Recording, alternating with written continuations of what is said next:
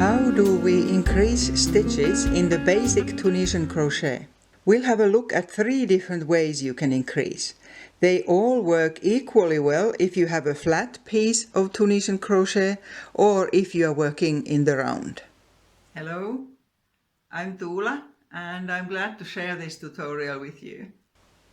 In case you are not familiar with Tunisian crochet in general, please see some of my other videos. I'm linking my Tunisian crochet playlist to this video.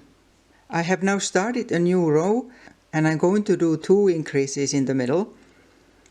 1 more stitch without increasing. And this is the first of the 3 ways to increase. I will increase before and after this next vertical bar. This first way, I'm inserting the hook under the entire previous row here and make a stitch there. Then the next one normally, and since I want to increase twice, I'll do that again. Pull the yarn through there. You see now that this one and that one are extra stitches. And then I continue normally to the end of the row and then do the return pass the way you normally would, and then we'll have our 2 extra stitches.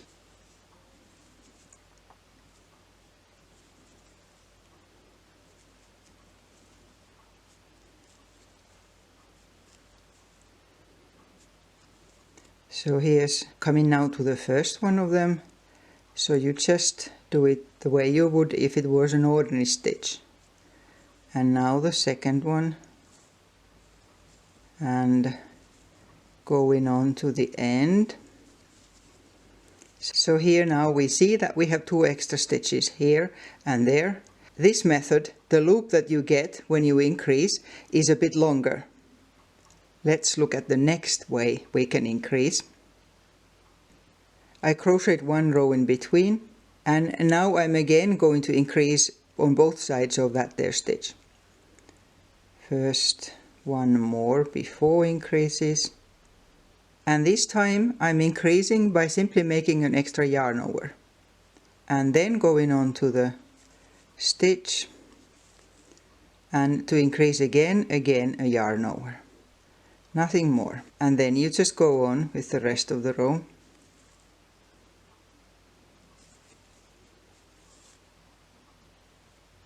And this is now the return part of that row.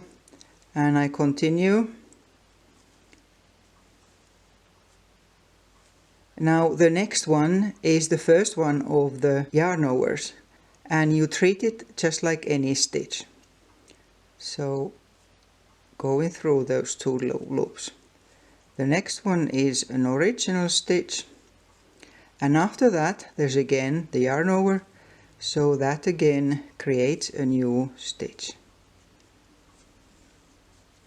and so on until the end. So this again looks slightly different. I'll make another row now so we see what it looks like. I started the row and then continuing, and once we come to the spot where we had the yarn overs, it's a little bit different, but you need to just go in there and take the vertical bar and pull the yarn through like normal. Then the original stitch, and here's the other one, the other yarn over. And we keep going.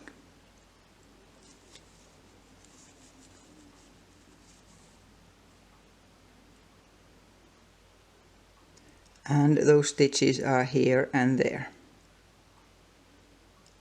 Then on to the third way of doing it. I have started a new row and I'm coming to where the increases should be. With this one we are not making the stitch in between other stitches, but we are actually using stitches from the previous row. So the increase will be here and here. Here, this here one in the middle is always just the same. Now I'm first making the ordinary stitch by taking the vertical bar, and then I'm starting to do it the same way, taking this here same vertical bar, but if I just made another stitch into the same, it of course wouldn't stay there, it would just make one big stitch. So I'm taking the top loop of the return pass stitch right next to it.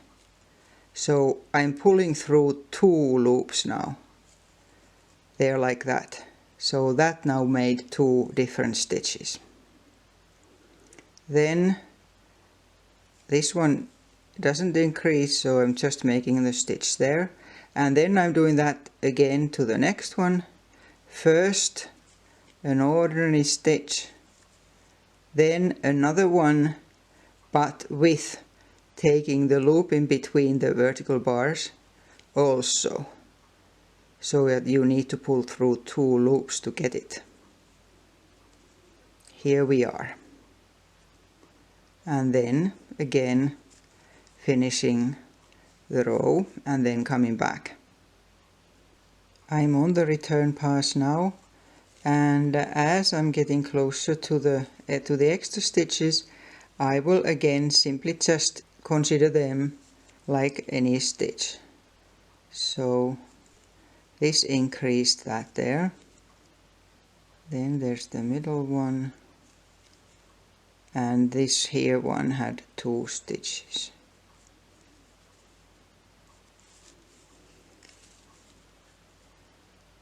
There. Again, we'll see that better. I'll crochet a few more rows now and then we'll look at it again.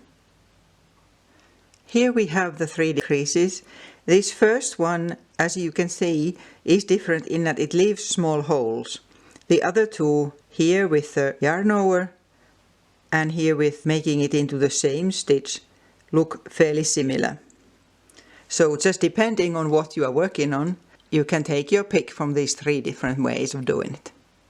So that's it this time, and subscribe to my channel so that you'll get all my other tutorials too.